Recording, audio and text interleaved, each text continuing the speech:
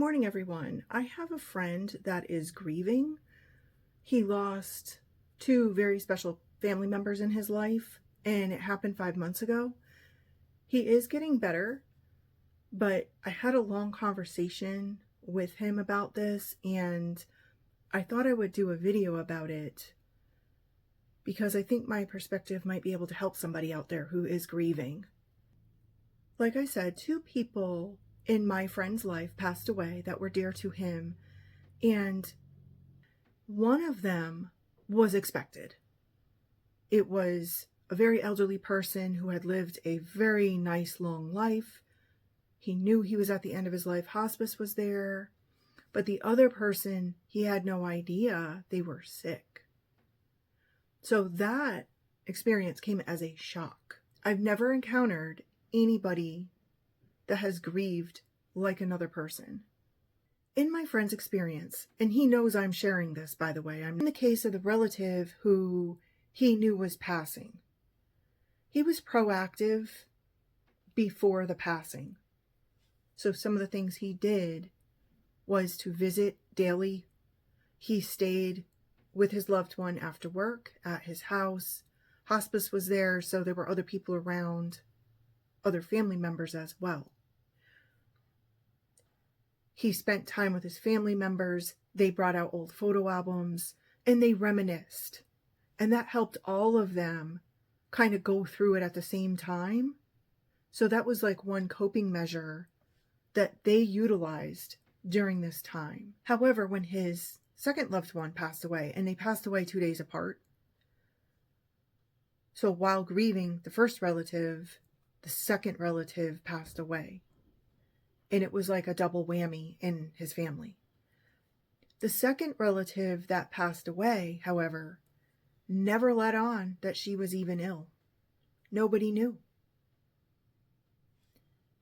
It got to the point where she was on life support because of her illnesses, and nobody even knew that she was sick until this one day she ended up in the hospital on life support. And the doctor said, there's nothing we can do. Now, the record showed she had been ill for some time and knew it, but nobody else knew it. I don't want to speak to that psychology of why somebody would do that and not tell anybody. That's a different topic, and I'm not qualified to speak about that.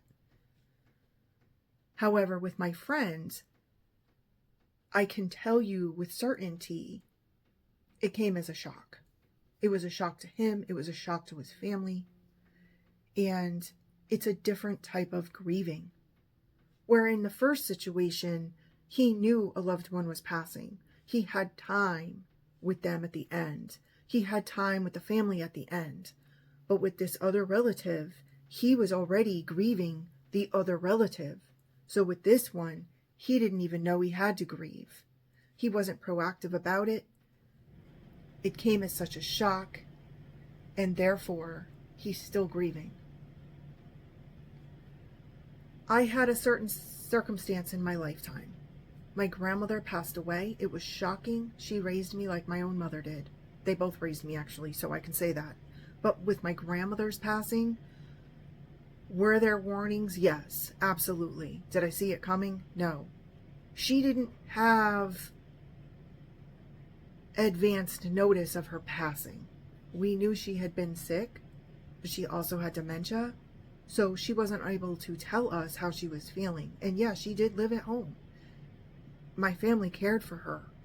And the thing about it was, she had nurses coming in routinely to help her, but that had been going on for years because she had different illnesses that needed caring for. So everything happened at home with her.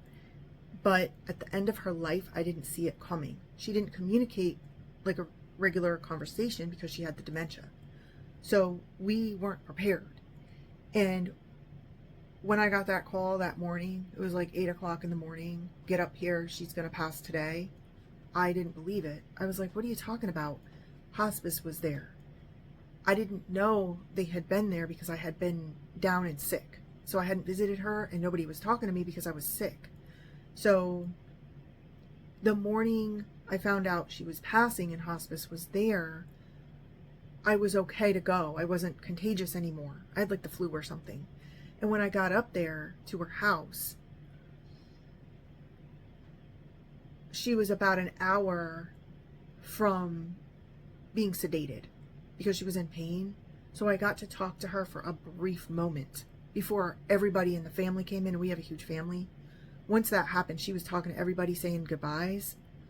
And that is what struck me the most with grief, was I had no idea. Even though the warnings were there, she was elderly, she was sickly, I never had advance notice that it's going to be in 2 weeks. It's going to be in next week. I didn't know. And when the time came, because she was like a mother figure, it devastated me. The other person that passed in my life that I was very close to, parallel to my friend's situation, was my grandfather. He passed away about 10 years after my grandmother. I had a lot of time with him. He had cancer. He was terminally ill. There was nothing they could do. We had about a year's notice that he was going to pass. So in that respect, we had all the time in the world to visit with him. My kids visited him. We talked to him. We went on little adventures with him. He got to travel the world, and he got to travel the United States twice, and he went on a train around the United States with 2 different people. He enjoyed his life, and I was glad he got to do that. But at the end of his life, it was, if it's ever easy, I don't know if that's the right word, it was an easier transition because we knew the day was coming. And then hospice is very good at estimating. And as it got further down and further down, okay, now he's got like 2 months, now he's got a month. We knew it was over. And I was able to be there. My son was able to be there. And we got to say goodbye. That was not as devastating as when my grandmother passed away when I had no advance notice. And my friend is going through that same thing right now. And I'm sure there are many other people who go through this, and that's exactly why I'm talking about it today. It took me 3 months to recover from grieving over my grandmother's death. Now, that may sound like a minimal amount of time to some people, because I know grieving can go on for months, years. I have an aunt that lost her husband, and even though they were elderly, she's still grieving 2 years later. So grief can manifest itself differently. In my case, it was 3 solid months of it. But I developed psychosis. I do not have a history of mental illness. I do not have a history of taking any kind of psychiatric medication or anything like that. But I developed psychosis when my grandmother passed away. It hit me so hard that the only way I can explain it is it disrupted my nervous system. So I don't know if any of you feel that way or can relate. It disrupted my nervous system to the point I developed like a, I don't even know what you call it, agitation. I developed an agitation, and I kept touching my face and doing things like this, movements like this that I couldn't help because I was so nervous. And also, I kept hallucinating. The vision I had was a hearse going up and down in front of my road. The funny thing is, my grandmother was never taken away by hearse. So I don't know where that came from. That's what I envisioned. It plagued me. It haunted me. It was horrible to go through this. And it lasted 3 months. The other part of this was that when my grandmother passed, all I kept thinking about was her body in the ground, in bugs. And I know that sounds morbid, but I don't think I'm alone in that. I think other people go through that. And what helped me come out of that thought process was I found comfort in the Bible, in Ecclesiastics.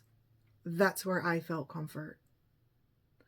And in reading that, I realized she wasn't in the ground with bugs. And it made me feel better, and I was able to cope with her death and get stronger and get on with my life. The psychosis went away, the hallucinations went away, the agitation, the picking at my face went away. In my friend's case, he hasn't had any hallucinations. He hasn't had any agitation, what his main situation is right now is that he's having trouble focusing. And because of that, he's making errors and mistakes that he would not usually make. And it's affecting every aspect of his life. So in talking with him about it, I think talking helps first and foremost. Talk to somebody who's been through it. If somebody hasn't been through this and you're telling them, they're not going to understand, most likely. It takes a person that's been through something similar to understand what it feels like. Another example. One time, years ago, I don't even remember the date. Sears was here. And that was years ago. They've been closed a long time. And I had a half a day from work. And my daughter said, hey, can we go to the mall after school? Because she was still in school during this time. And I said, yeah. So we planned a little afternoon trip to the mall. And she was home when I got out of work. So I picked her up and we drove over to Sears. And we were looking at some clothes. I don't know exactly what she was looking for, but we were there. I remember being over by the shoes. And I think there were ladies' handbags there on some shelving. I remember that. And there was a little bench because, of course, in the shoe department, you know, there's always going to be a bench for people to sit down. And my daughter sat down. I don't know if she was just tired or if she just wanted to try on a pair of shoes. I don't recall. I just remember seeing out of the corner of my eye, because I was like over in the handbag section, I saw this woman talking to her. And of course, I'm a mom, right? So I'm like, stranger danger. And I go walking over there. Hi, you know. And the woman turned and looked at me and said, oh, I was just reading your daughter's aura. Now, I'm not necessarily into that or anything. I'm just saying this is what she said. And I said, well, there goes Pepper, by the way. Pepper. Want to say hi? Say hi to everybody, Pepper. There she is. Hello. This is my 18-year-old. She's still feisty as ever. And she loves to be the center of attention. So, I asked her, what about my daughter? Because my daughter was a minor. You know, I didn't want this woman around my daughter. That's kind of awkward, you know? And I asked her why she was reading her aura. And she took out her cell phone and she said that her dad had passed. And she found comfort with my daughter's aura. I don't know what all that meant, okay? I just know that it kind of creeped me out. I'm not going to lie. It creeped me out. And I wanted to get my daughter away from this woman. But then she showed me on her phone.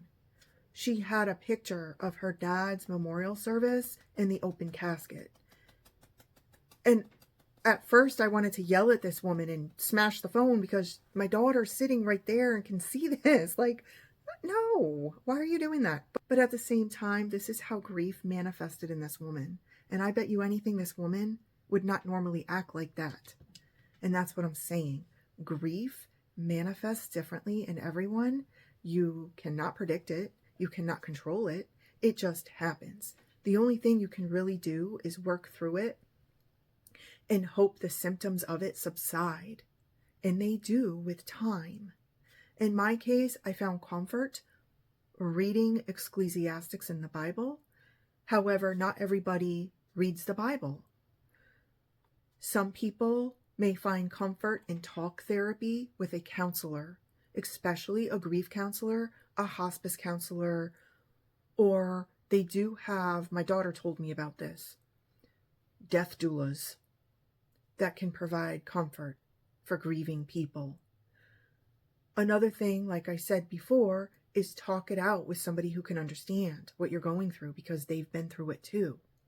Now, in my friend's case, he can't understand what I went through. So it's not a vice versa situation. I can certainly understand his dilemma right now, but he can't understand mine. He didn't have the psychosis. He didn't have the picking of the face. He didn't develop, a nervous system failure. His has manifested way different. I can totally understand that and appreciate it, so I can be there to listen. One thing I have noticed through everyone I've ever known that has grieved, like I had a coworker once and her mother had a stroke at a young age and passed away suddenly. It was a very sad story. She was at work and it was one of her last days and she dropped on her desk, but she was in an office and nobody checked on her. If they had, they could have saved her, but nobody did because nobody knew. And my coworker to this day is still messed up. Well, she's my ex-coworker now, but to this day she's still messed up. And it affected her so severely. I've never seen anybody grieve like this woman. She copes by going to a Catholic church every day and lighting a candle. I don't do that in my life, but that is her coping skill. Every day at lunch, she walks to the Catholic church and lights a candle for her mother. She was very messed up for a really long time. And when I say that, I mean emotionally. The depths of our emotions are endless.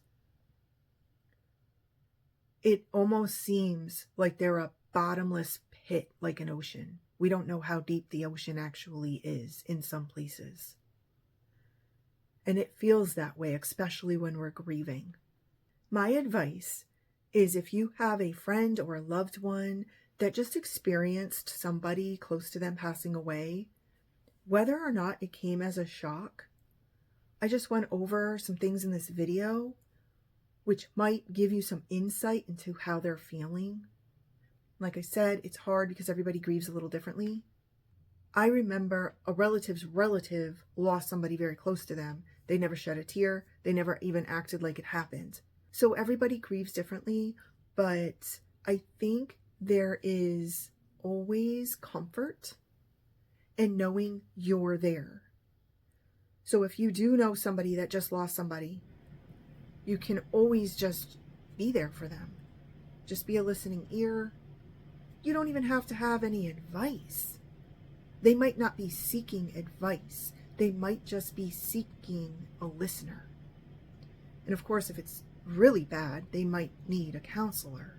I remember after my grandfather passed, like I was saying, we expected it. It was a long time coming. We knew he was sick and terminally ill. And he lived a long, good life. So it wasn't really a sad thing for us. It was, he's finally free and at peace and free of pain. That's how we really felt. But the one thing that I did right after, immediately after, was there were relatives all around me and there were some hospice nurses. And I just said out loud, I just said, this is a relief for him and us. And just saying that helped me abundantly. It kind of relieved all of that heartache I was feeling in that one sentence. Just to say it out loud. Nobody said anything in response. Everybody just kind of bowed silently and shook their head. Everybody knew it was an understanding. Losing someone is never easy. If you have lost somebody, just know other people have been through it. Other people know your pain, your suffering, your trauma. Whether it manifests as a psychosis or lack of focus, everybody has grieved. You're not alone. I hope this message is helpful. Thank you so much for watching today. Take care.